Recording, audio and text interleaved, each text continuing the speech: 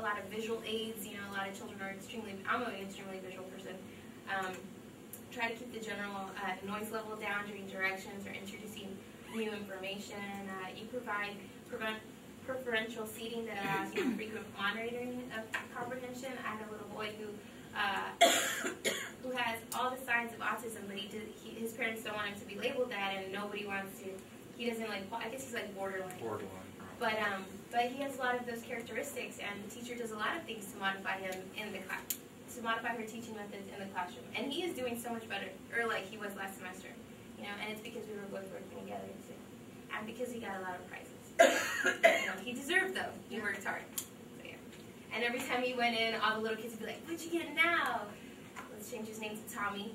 Tommy, and he'd be like, Spider-Man, or it'd be really cool. And then all the kids wanted to come to speech, so it makes you feel good. But okay.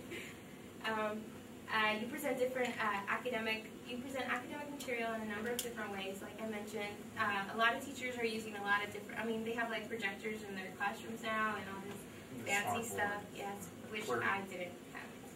Yeah, we're trying to get a smart board classroom here. It's really cool. Have you guys seen the smart boards? It's like all okay. Mission Impossible or like other stuff. Okay. Outlines, pictures, objects, illustrate, all of that stuff. Color coding directions. I used to color code directions for my students. I'd be like, this is the question is asking for what questions are in yellow or who questions are in blue.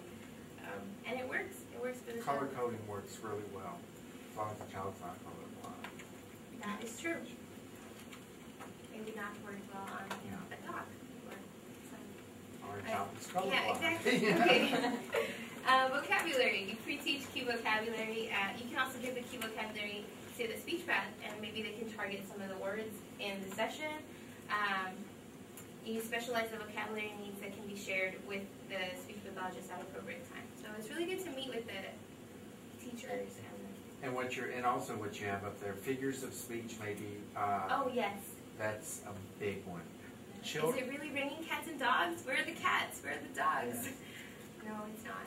Children, especially children that have learning disabilities, especially around comprehension and language, do not get figurative language.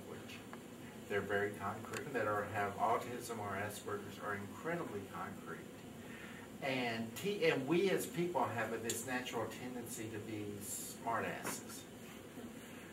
That doesn't work on these type of children. And don't be surprised, and this is something Richard LaVoy says, don't be surprised that when you are like that to one of these students, if they're not like that right back at you. I mean, you're the one that created this. You're the one that's perpetuating it. You're the one that has to stop doing it because they are very concrete. They are very literal-minded. Does it mean, like, she says she's working on it, but they can learn those things, right? They can. Some of them can learn to do that.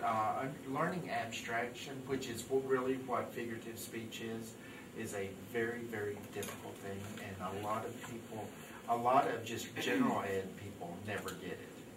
But special ed, learning disabilities, MR, autism, very, very unlikely. So I really like this quote. It says, teamwork simply stated is less me and more we. Which I think if we all took that approach, it would be so much better.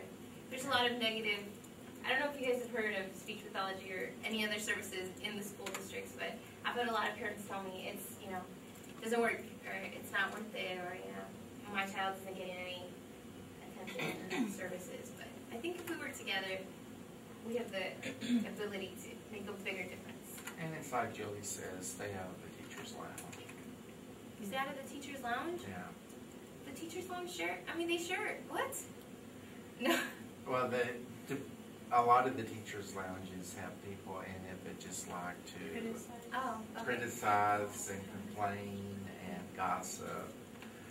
And and you can get caught up in it, and that's just going to make you have a bad day. Comments, questions, and or observations? Let's give a round of applause.